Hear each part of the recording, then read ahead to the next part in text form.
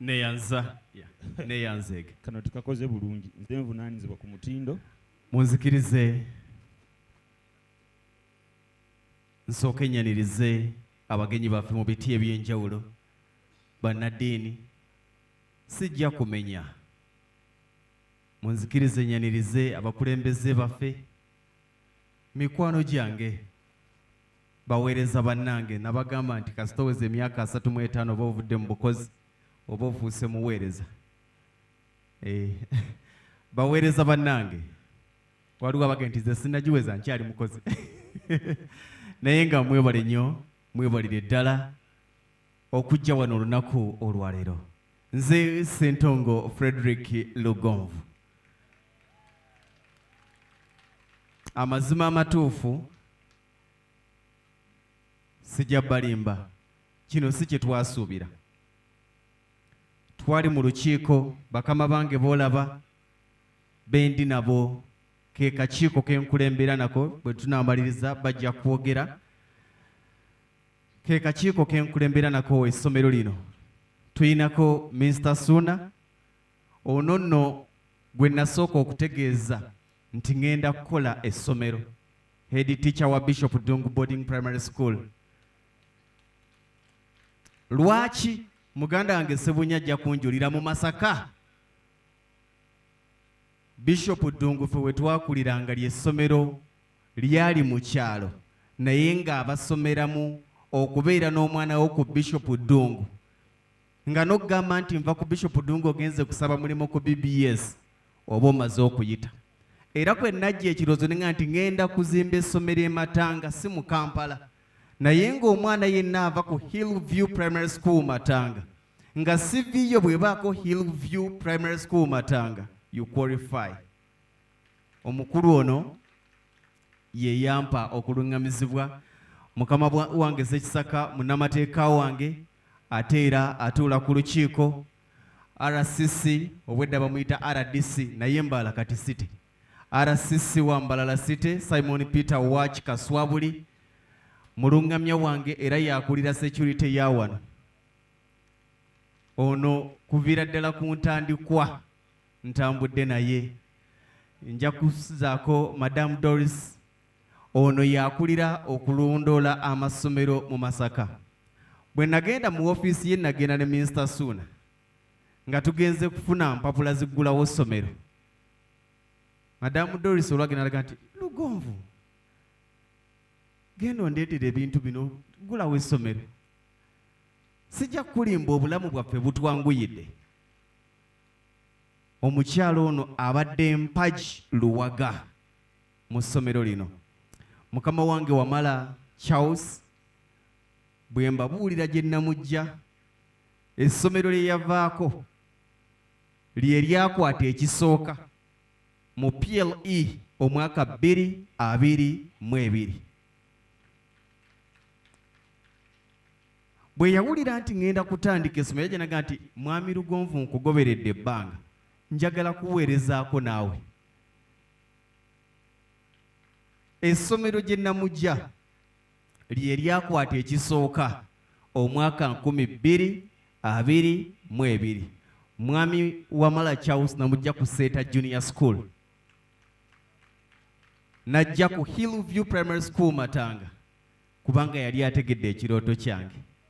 Father Ronald Sekanjako ab'ebusubi bali luddawa ono nno bulijjo tuba n'abantu betwegomba nga tukula. Y'omu ku bantu ku kyalo busubi buli mugo yagamba nga nti singa mbeeranga Roni nga tannafuuka father. Bwe natandika essomero nagamba nti olw'okuba tuli ku musingi gwa ddiini neetaagako father. Era bwe nabadde njogera ne father yagambye nti wakola otya okwata father nakkiriza okutuula ku kakiiko. Si kyangu kubatuuza ku bukiiko nga buno. Njagala kwebaza oyo atubeereddewo nnyo nnyo nnyo. Kati ate mu ngeri y'enjawulo Mwami Sadamu Gayira abeera kitange. Ono ye president w'ekibiina kya People's Progressive Party. Yalungamizibwa omu ku basajja b'ensinga okuwa ekitiibwa Jabberi Bidandisali. Ne mmanya nti bw'oba oyisa emikono gya jjajjange Jabberi Bidandisali nkwetaaga okumbeera okumpi ku lwaliro ye president owa People's Progressive Party, ye ssentebe w'olukiiko lwaffe olwa Hillview Primary School Matanga. Amazima amatuufu, Mwami Joseph Segawa namukubira essimu ne mugamba nkwetaaga obeerewo ku mukolo gwange nga tuggulawo essomero lya Hillview. Lwaki nali mwetaaga? Ennyimba z'ebbiri z'ennyimba ezitambulizibwako obulamu bwange. Buli lwe mpulira nga mpeddemu amaanyi, oluyimba lwa gw'omanyi nze bwe nnaawona, waliwo ebintu ebiri beyond our decisions. Waliwo ebintu ebisukka okusalawo kwaffe n'okutegeera kwaffe nga tulina bikwasa Mutonzi. Oluyimba olulala oluyimba lwe yasookeddeko lwe luyimba lwange olw'obulamu. Nze simanyi kuyimba, naye era njogera nnyo ne baganda bange bano ba Morris ne bagamba nti gwe nnyimba oyogera njogere.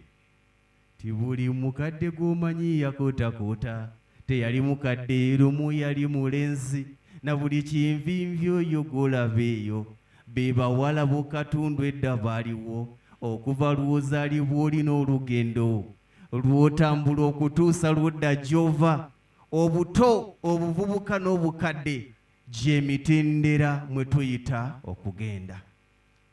Ekibuuzo kibeera nti buli lwengezaako okusobya Diana Nabatanzi agaye nti ndwogedde ndeka ndwogere buli lwengezaako okusobya ntunuulira nnyo omukululo gw'endeka gye nva. Ntunuulidde ttiimu ya BBS Telefina, nentunuulira ttiimu ya CBS, nentunuulira ttiimu ya Bukedde, nentunuulira ttiimu ya Salt Media, nentunuulira ttiimu ya Metro FM. Egyo gyonna emikululo nga nagiyitamu. Abantu bangi nga bw'ova gy'oli kizibu n'okulaba omuntu ng'akomyewo azze ku lulwo, naye mwebale nnyo. Kyongedde okundaga nti omukululo gwange si mubi. Ebiseera ebisinga omuntu gw'okwasa omwana wo tunuulira baakolagana nabo. Ndowooza kati abazadde ba Hillview Primary School Matanga tuyina ensonga lwaki tuyina okwongera abayizi ku Hillview. Muneegatteko tukubire Mukama engalo ez'amaanyi. Njagala okumwebaza olw'olunaku luno lwatuwadde olulungi. Enkuba ebadde etonnya buli lunaku, naye olwaliro atuwadde embeera ey'obukkakamu. Ne bw'oba otudde mu kasana ka kimpowooze, tekookya nnyo kamamirira bumamirizi. Kisa kya Katonda. Tubaaniriza ku kasozi k'abayivu Matanga, tubaaniriza ku kkula lya Masaka Hillview Primary School Matanga. Twatandika okubangula abayizi ku Hillview mu mwezi ogwa Gatonnya omwaka 2023, era mu mbala ennyangu gy'emyezi 11 nga ne guno tugutaddeko gye tumaze wakati mu kuluŋŋamizibwa Omutonzi okulaba kye tuli ku lwaleero. Era abantu bangi abajja wano babuuza nti essomero lino lya mwaka gumu. Nabadde njogera ne mukama wange wa Welcome Angels, Mr. Welcome n'omukyala, nambuuza omaze ebbanga ki wano? Waŋŋamba wakatandika nti tegabadde maanyi gaffe, kibadde kisa kya Mukama atuluŋŋamiza. Olugendo lwa Hillview Primary School Matanga ekkula lya Masaka okuviira ddala ku ntandikwa nga tusalawo wa bwe tugenda okuliteeka, tubadde mu kuluŋŋamizibwa, tegabadde magezi g'abalya mmere. Twatambula ettaka lingi kubanga nze ekirooto kyange kyali kyakussa essomero mu kyalo, ng'omwana bw'omuleeta toyina kirala ky'omusuubiramu okuggyako okuvaayo nga wansonga. Naye wangi we twayita ettaka nga lingi eddungi eriri fulaati nga bwe mulaba wano, lyali lyalayisa okusinga wano. Twalirambula naye ng'omutima gugaana. Lwe twavuga okujja wano, muganda wange yanzigyawo Mpugwe nandeeta, nali ne mwannyina ze namuli Margaret, ne tujja wano ne tuleega akasozi nga bw'okalaba. Nagenda okutuuka mu makati awo nga njeekedde, omusajja nanga nti likoma waggulu eri Kalitunsi ne ntuukayo. bwe natuuka waggulu nawulira omwoyo gwa Mukama nga gugamba nti wano tovaawo wenjagala oteeka ekibuga kyange eky'ebyenjigiriza. Abantu bangi abali mu Matanga mujja kunjulira, bangi mwayomba. Omusajja yonoona ssente kubanga dooza zimagulu 10 zaani z'amalaano omwezi nga mulamba n'ekitundu nga ziyoola ettaka wano. Ssente ezaakozesebwa okusenda ewantu wano zaali zitumala okuzimba ziikalina, naye simanyi lwaki twaziyiwawo. Era bw'ombuuza nti lwaki wasalawo wano, siyinza kugamba nti ensonga eno n'eno. Yensonga lwaki mbagambye nti okuviira ddala ku ntandikwa kubadde kuluŋŋamizibwa kwa Mukama. Era bw'otubuuza bye twasinziirako, babadde bambuuza nti wasinziira ku ky'okubanga ogituuma Hillview. Ekituufu simanyi. Tubadde mu kitambiro ky'emmisa Father ng'abuuza nti lwaki wasalawo nga 3 Novemba ku Lwokuna olunaku lw'abakozi ng'abantu bonna bakola amazima, nga siina kye nsobola kugamba nti ekyansazawo ku Lwokuna kyali bwe kiti. Okuggyako akasonga akatonaga nti njagala omukolo gwange gubeere nga tegwetabiseemu mikolo mirala kubanga abala bonna bakola Saturday, Sunday ne Friday, ffe katukole Lwakuna. Era nali mu kakiiko ne bakama bange ne mbaga tusubire abantu nga 253 naye tufumbire abantu 700. Ngenza okulaba mwami SBL ng'atuwadde obutebe 1000 nga buweddewo ne mbaga nti muno n'obulala. Kino bwe kibeera kivulu kyali enisikini nandibadde nkikubye. Bane mwebale nnyo, mwebalire ddala. Omusajja yagamba nti mbalengera muli bangi naye sibalengera. Yagamba atya? Mbalengera naye sibalaba naye nga bambi mbalengera. Mwebale nnyo, mwebalire ddala. Hillview Primary School Matanga, ssomero eritandikiddwawo n'ebigendererwa ebigazi. Wabula nga byonna byetooloolera kufulumya omwana wa Uganda atuukiridde mu buli kimu. Okutandikira ku byenjigiriza, eddiini, empisa, n'okuteekateeka omwana asobola okutambulira ku musingi ogw'ensi yonna. Kubanga bw'oteekateeka omwana atambulira ku masaka, ensi emulese. Y'ensonga lwaki tuwa zaffe ze tukola z'amawanga g'ebweru. Y'ensonga lwaki tuwa zaffe ze tukola sijaza genda kulambula lihamu. Tetugenda kulambula zoo, twagendayo naye bubeera Bungereza. Tuwa zaffe tukola z'ebweru. Kati omwana yennanga wa Hillview bw'omutwala ku Entebbe International Airport n'assaamu ekigalo tebamuddisaamu gwakubiri. Bano bamukyala Hafi ne Diana ne Enje abatambuddeko. Bw'oyita ennyo ku kisaawe ky'Entebbe ossaamu ekigalo omulundi gumu ne baga tukumanyi. Ono atatambulangako bamuddisaamu sikaani ng'akasooka, akokubiri, akokusatu. Kati abaana ba Hillview be tuyina baatambula ne bagenda ebweru w'eggwanga. Ekyemu yakyogeddeko. Twakozesa Bombardier. Naye njagala kutegeeza nti Bombardier mwalimu abantu 8 abataali ba Hillview. Tiketi ezisigadde zaagulwa Hillview, abayizi n'abasomesa. Twali ku Jacaranda Hotel. Twabuukinga okumala wiiki namba. Ng'ebifo bye bayina tubimalawo bumaze ate nga bayina abantu baga tujja kwongerayo. Twali ku Jacaranda nga swimming pool yaffe, nga woteeri yaffe, nga buli kimu kyaffe. Tetubikola lwaki? Twagala tufulumye omwana atambulira ku musingi ogw'ensi yonna. Era mubalabye nga boogera bali okay. Tebayinaamu kutya kwonna. Omwana wa Hillview Primary School Matanga ne bw'omusanga mu baana banne ayawukana. Mu njogera, mu neeyisa, mu bulamu obwa bulijjo. Ne bw'oba ng'oyina abaana ewaka 3 nga mulimu wa Hillview omu, omulaba nga wanjawulo ng'ekikwetaagisa ne bali bakwata obaleete ku ono basobole okumufaanana n'okumwenkana. Era abazadde nga Mr. Mugisa Patrick yasooka n'omwana omu, oyo omu ku bazadde abaasookera ddala otuwa abaana nga tukyazimba na bizimbe. Yagamba mwami Lugonvu bw'oba otandiseewo essomero kankuwa omwana omu. Bwe yatuwa omwana omu twali mu makkati ga ttaamu esooka, n'agamba ne Nikki Paula kamuleete. Twali tumalako ttaamu esooka n'atuwa Nigel omwana owookusatu. Nigel yajja agenda mu P6. Bwe yakola interview, Hillview ayina ekintu kimwe era twetondera abazadde. Era kino mukisanze. Nti oleeta omwana wo nga gy'abadde y'abadde asinga mu kibiina eky'omukaaga. N'omutuwa wano n'avuyanga ffe tulaba asobola kyakutaano kiva ku ki? Mbaloopera nti twakoze ebigezo bya PLE nga tubikozesa abaana ba P6 bafunye first grade.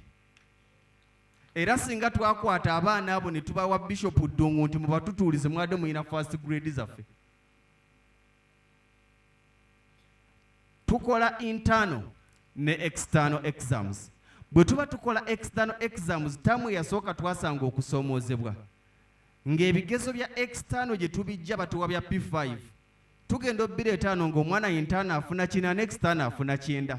Kitegeeza tuba tubali mu maaso.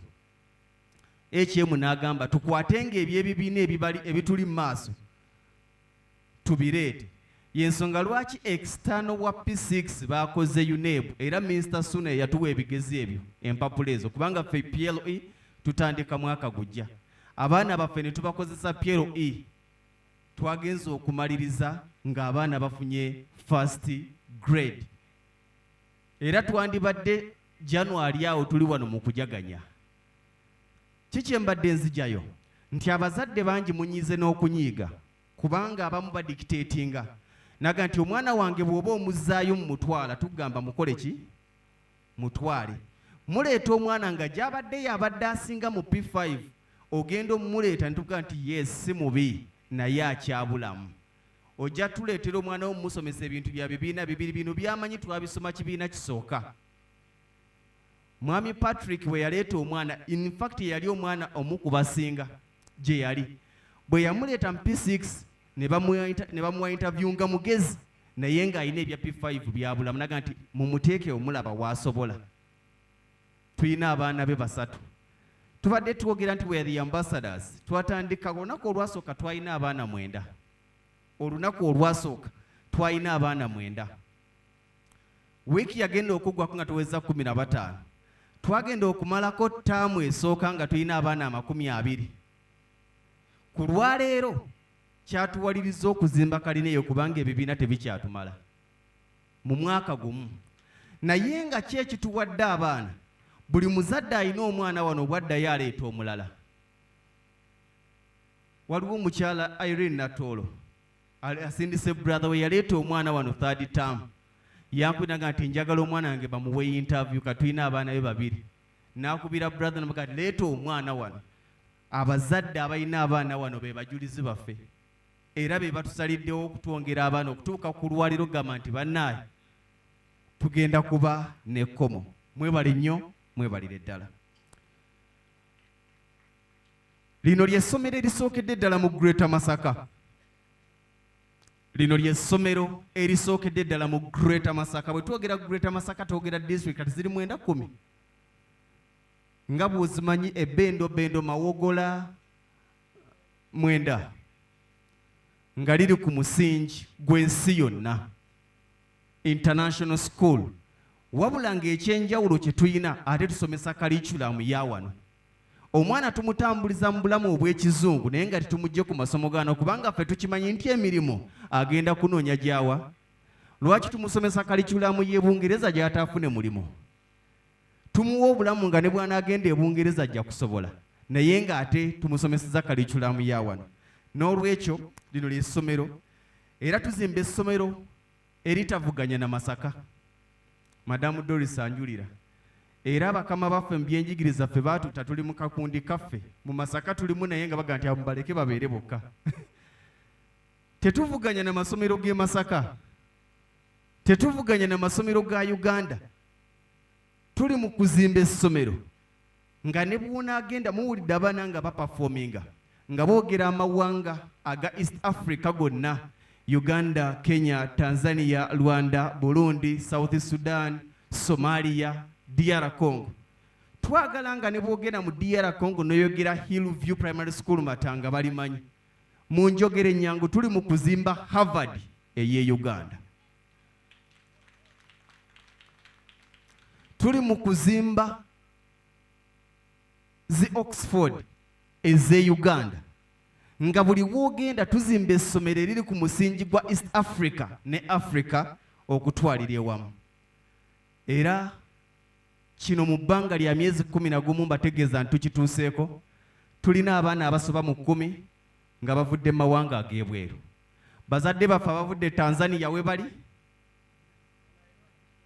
tuyina abazadde abatuwadde abaana nga bava Tanzania, batuwadde abaana nga bava Rwanda, batuwadde abaana nga bava Kenya mu bbanga lya myezi 11, naye ng'abo abaana bava mu ssaako bw'eti aleeta omuyaga nti twasubwa dda naanono omulala. Mulabye Keira wano, Keira ava Tanzania abadde akulembeddemu, naye n'Oluganda kati alukola ki? Alumanyi. Mu kaseera kano sijja kugamba nti wali kikuvugisa mwana wo mutwala Kampala, kubanga ekyo kyo tekiriiwo, naye tewakyali kikuvugisa mwana wo kumutwala Kenya oba South Africa ng'ate Abannakenya bavuga abaabwe ne babaleeta ku Hillview. Ki ekikuvugisa omwana wo kumutwala e Kampala ng'ate ab'e Kampala omuli ne ba head teacher bavuga abaana baabwe okubajja e Kampala ne babaleeta ku Hillview Primary School Matanga. We are the ambassadors. Akasozi k'abayivu. Amazima amatuufu ebiruubirirwa byaffe bigazi n'okusinga bwe tulabika.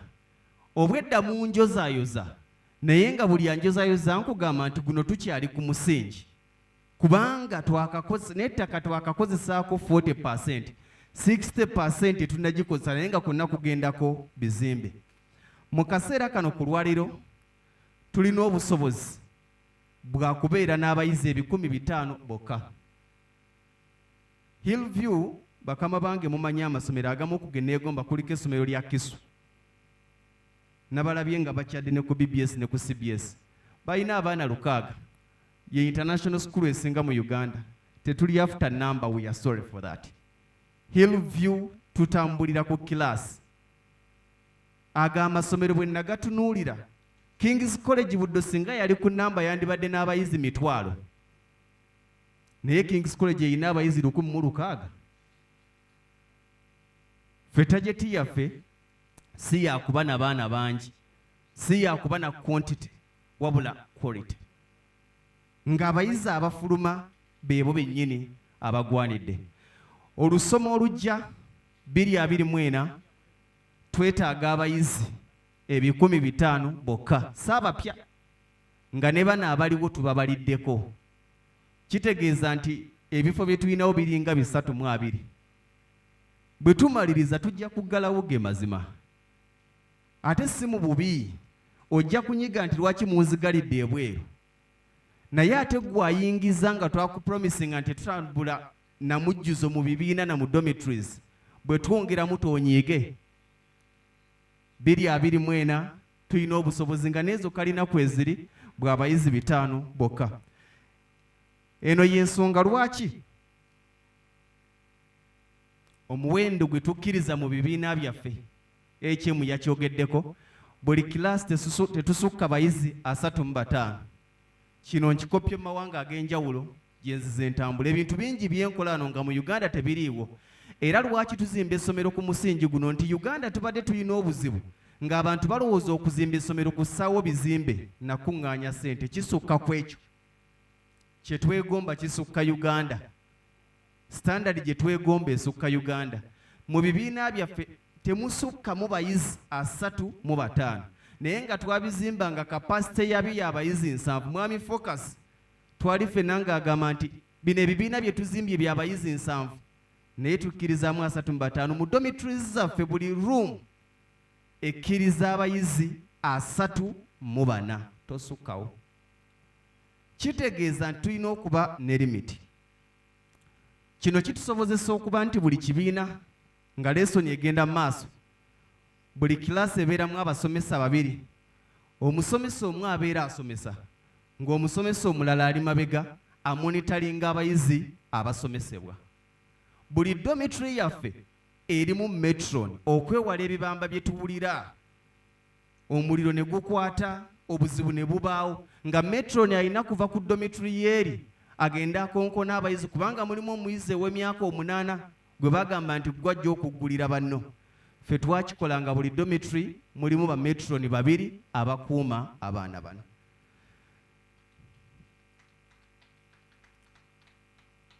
Ezimu ku standards ze tutaddewo ziwaliriza abazadde abamu okulemererwa okutuwa abaana wadde nga twandibeetaaze. Naye ate ekyo kye kitufudde bannambeemu mu byenjigiriza mu mwaka gumu nga n'okuwera tegunnawera. Kino kigenda tuwaliriza omwaka ogujja nga bwe mbategeeza okusala ku muwendo twetaaga abayizi 5 be tugenda okuyingiza. Wabula twamaze dde okufulumya plan, tubadde ne father nga tulambula emyaliro egiddako waggulu eri. Twamaze dde okufulumya plan. Buli mwaliro ogwo guliko ebizimbe 2 ebya kalina. Guliko ekizimbe ku kkono, guliko ekizimbe ku ddyo. N'omwaliro oguddako guliko ekizimbe ku kkono, guliko ekizimbe ku ddyo. Bw'obeera wano olowooza ensi ekoma wano. Bw'odda waggulu wali olowooza ensi ekoma awo. Bw'ogenda ku mwaliro oguddako olowooza ensi weekoma. Ate bw'ogenda ku mwaliro ogusembayo eri abamu gye batatuukanga olowooza ensi gyekola ki? Twamaliriza plan era tugenda kutandika okuzimba ng'ebizimbe ebyo 4 bya kalina. Buli kizimbe kiriko emyaliro 4. Buli mwaliro guliko kilaasi 4. Kitegeeza nti buli kizimbe kiriko ebibiina 16. By'ebibiina 4. Tuyigenda kuba n'obusobozi obuba n'ebibiina 64 nga pulaani yaffe ewedde. Ebibiina 64 biina capacity okwakomodatinga abayizi 3,500. Wabula nga tuddayo ku nnono yaffe, omuwendo gwaffe gwe twetaaga gw'abayizi 22,000 kubanga buli kibiina ky'abayizi 35. Tulina enteekateeka era nga mukama wange bw'abanjulidde, tuyina emiteeko, tuyina headmistress owa gye muyita nursery section, wano gye tuyita pre-primary. Oyo yeetwala era abaana alina n'abasomesa ababe. Tulina akulira lower section, Madam Harriet, oyo yeetwala era abasomesa alina babe n'abaana alina babe. Tulina akulira middle section, Teacher Musisi, oyo yeetwala n'abasomesa alina babe. Tulina akulira upper section nga omukulu ye Mr. Wamala kubanga omwe mulina P7 naye ali yekka. Kino kitukomyawo. Tetulina nteekateeka ya kuggulawo Hillview Primary School Bukomansimbi, Hillview Primary School Mukumbwe. Enteekateeka yaffe tugenda kubanga buli section eyina campus eyaayo. Nga bw'okeera ku makya nursery section ng'eri yokka, primary section lower ng'eri yokka, middle ng'eri yokka, ne upper ng'eri yokka, mu bibiina, mu basomesa n'abayizi. Kino kigenda tuyamba okuggyawo embeera ey'abaana abamu okwetya eyandyogedde n'atya kubanga aliwo P7. Pulaani zaffe ngazi naye ng'ate zigenda kutuukirizibwa. Luno olugendo nzikiriza nti si maanyi gaffe wabula kuluŋŋamizibwa kwa Katonda yatukozesezza bino ku lwaleero. Tukoze n'abantu ab'enjawulo, tukoze n'amakampuni ag'enjawulo. Twatandika ne Focus Construction okuzimba ebizimbe bino, ne batukola omulimu omulungi ogutagambika. Kiwa Electricals tutambudde nabo ku masannyalaze. Tubadde ne Lwengo General Hardware nga nabo bagamba nti njagala ensawo za seminti 2,000 trailer zijja ne zipaakinga n'otikkula ne zigenda onaasasula. Njagala kwebaza BBS Telefina. Nali njogera ne Madam Angel. Nangamba Lugonvu kati ate gwe tukolere ki? Nangamba ne muga sirina ssente kati ebintwala biki bingi. Nangamba sayininga check. Oba ogitaddeko mwezi gwa 5 nga gwe muwulirire dementi onaasasula gituwa otandika okulanga. Bampa obulango bwa mwaka mulamba. Njagala kwebaza CBS 88.8, 89.2 abo bankoze obulungi obutali butono. Njagala okwebaza media houses ez'enjawulo, bano bonna ba partners bange. Omwana akusomera mention nga talinamu nkeka. Njagala okwebaza Walusimbi Town Center. Omukulu oyo twali ku kizimbe ekyo ne tubalirira tayiro zaali za bukadde 35 wansi waddako ne wasemba. Nangamba nze nzikiriza nzitwaleyo. Gwona nsasula mpola. Omwaliro ogusooka gwawedde okusiba tugulambudde ne father guli completed. omwaliro oguddako mutereze tayiroz ezimaliriza emyaliro ebiri egiddako yazireeta tunaamusasula. Ebintu ebyo tegaba maanyi g'abalya mmere, kubeera kuluŋŋamizibwa kwa Katonda. Munzikirize, mwami Ayubu aliwa ne famire. Oyo omusajja avuga amafuta wano wa transport n'asomba amayinja. Kino ekikomera ekiri wano ayinza okuba ne mwami Kanga bamanyi amayinja agagenzeeko naye kiweze emmotoka 100. Naye ye muntu atayinaamu nkeka yonna. Mwami Ayubu wonna wooli, weebale nnyo, weebalire ddala, mwebale nnyo. Njagala kwebaza Taata Faruku ne famire nti lwengo gye hardware eyo hardware yange, naye kyekiri kye tugaa nti okuwagira ŋŋana. Bwe mba neetaaga ensawo 10 tewali kintumya mmotoka ya lwengo gye hardware ireeta ensawo 10 Masaka. Taata Faruku ne bw'omugamba nti nga bw'ogitikudde tuleera gireete, tabuuza nti sente ziriwa, awandiika buwandiisi. Taata Faruku ne famire mwebale nnyo, mwebalire ddala. Abo abakulu ba nsonga era banjawulo. Mr. Robert, abaana baffe gano ge mazima, bajeti yaffe nnene okusinga ku kye tuyingiza. Twabala omwaka oguwedde construction n'okubeezaawo essomero nga tulimu over 400 million Uganda shillings. Over 400. Construction y'ekizimbe ekyo taamu ewedde n'okubeezaawo essomero. Twagenda okutunuulira mu bayizi sente ze balese nga baleese obukadde 35. Tusaasaanyizza 4 n'omusobyo baleese 35 nga tezimala na musaala gw'abasomesa omwezi gumu. Naye taata mwami Robert ye muntu akuwa akawunga ensawo 30 n'agamba abaana balye. Naye nga bo bonna ba service providers ate n'abaana abwe basomera ku Hillview. Ekintu ekyo kyanjawulo. Njagala kwebaza servant constructors. Mwebale nnyo, mwebalire ddala. Neebaze Focus n'abamaze. Chiwa Electricals njagala kubeebaza. Abo bawayalinga bwayalinze masannyalaze mwami Franco mugagenda oteekeyo waya. N'awayalinga ku sente ezize n'akubanja oluvannyuma. CS Events mwebale nnyo. Njagala kwebaza muganange Shafik SBL Events. Kino ekyuma namugamba omwezi gwali gwa 8 ne mugamba tujja kuba ne event mu November. Abamanyi SBL Events obuukinga emyezi n'emabega kyokka era bayinza oddukuma. Abasajja baleeta tenti wano ku lunaku lwa Monday. Baleeta Sunday. Baleese sound atudde wano ennaku 3. Naga nti twagala kuwa ekintu ekirungi. Abantu ng'abo tebasangika. Tebasangika. Mwami Dani simanyi oba yazze endawula yakola branding yaffe buli kimu. Bwe ntandika okwebaza abantu abatambudde naffe siyinza bamalayo. Naye njagala kubategeeza. Hillview Primary School Matanga.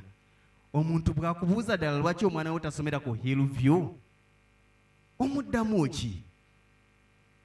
Ddala kiki osobola omugamba? Ebisale bisoboka. Omwana wadde asasula emitwalo 65. Ezo sente kwe kuli ne vaani. Ffe tetulina nti zino za mmotoka, zino za kulya. Asasula emitwalo 65. Kwe kuli emmotoka emujja ewaka n'okumuleeta n'okumuzza. Kwezo sente tukuweerako uniform omwana zaasomeramu. Wano ku Hillview omwana uniform azisanga ku ssomero. Kwezo sente kwe kuli okulya. Omwana wa boarding ku Hillview asasula emitwalo 85 zokka. Kwezo sente emitwalo 85 kwe kuli uniform omuli zaasomeramu, uniform ya bulijjo, casual, sportswear, esweater byonna biri okwo. Kweza emitwalo 85 kwe kuli okumuliisa na buli kimu. Wano ku Hillview obubenje bungi bwajjanga RCC nkuloopera. Naye ng'obubenje buva ku ntambuza y'abayizi. Osibye omufaliso gukoma eri oziseeko akadomola ne bucket ku Hillview omwana toleeta mufaliso. Kubanga amasomero ge twatunuulira agatuukana n'omutindo gwaffe tebatwala mifaliso. Era abazadde mubagambe nti amasomero ag'ensonga omwana tatwala mufaliso. Wano toleeta bbaafu, wano toleeta bidomola, wano toleeta pocket money wo, tosibirira mwana byakulya, binaakinapeta birekeeyo. Abaana bonna ku Hillview bali kyenkanyi. Era kizibu nnyo okumanya omwana wa mufuna mpula ne mufuna nnyo ku Hillview. Bambala kyekimu, balya kyekimu, basula kyekimu. Tojja kugamba nti omufaliso gw'ono mukadde. Emifaliso gyonna gyenkanankana. Roseform yatuwa emifaliso gyonna gyenkanankana. Ebintu bino bisobozesa omwana okusoma nga talinaamu kwesika mu mutima. Waliwo agambye nti byonna biri ku ezo ssente, biri ku ezo ssente $485. Twalina epookino nga tugenza okulambula n'okumukyalirako n'abuuza basasula ssente mmeka, nti $485 nti tekisoboka. Naye nzikiriza nti bisoboka. Amasomero mangi omwana wadde abeera babayita baana ba mufuna mpola. Naye ate ku Hillview okubeera n'omwana mudde kiri expensive okubeera n'omwana mu boarding. Era tukubiriza abazadde mwenna nti omwaka 2024 mutuleetere omwana mu boarding. Lwaki? Nti emitendera gy'oyitamu okukkiriza omwana wo wadde okutuyingira abaana b'abalala tumala kwekenneenya. Kubanga abazadde ba Hillview ba nsonga. Bwakuwa omwana ayagala nga n'abaana batambuliramu bafaanagana, bali kyekimu. N'olwekyo nsuubira okuba nti nursery section yandibadde eno wansi ku pre-1, pre-2 ne pre-3. Omwana okuva ku P1 paka ku P7 yandibadde ali mu kisulo okusobola okutambula ne banne. Baganda bange, mbategeeza lino essomero lyaffe. Lino essomero tulitandiseewo n'okutegeeza abalitandika agaabwe nti bw'obanga otandika essomero litandike nga ku musingi guno. Essomero tekitegeeza kuzimba bizimbe, kussaamu desike za mbaawo na kuleeta basomesa kusomesa. Kisukka ku ekyo. Ffe ku Hillview buli muweereza mubalabye wano abamu basomesa, naye nga tosobola kwawula ani metron, tosobola kwawula ani musomesa, kubanga tukitwala nti buli gwe tuyina wano muzadde wa mwana. Mulabye ettiimu y'abaweereza gye tuyina, nga ddala ne bw'oba gwe n'omwesigisa omwana wo, ki ekikuggyako oba okifuna mu buzibu ki?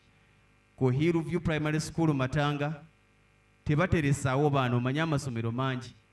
Munnange ngenda bweru, munnange mbeera bizi, omwana we kamuteekeko eyo. Ku Hillview tebateresaawo mwana. Buli aweererera ku Hillview oba omaze okulaba ensonga lwaki omwana wo yandibadde ayita ku Hillview. Maliriza mbategeeza, buli muzadde alina omwana ku Hillview, suubira single digit first grade.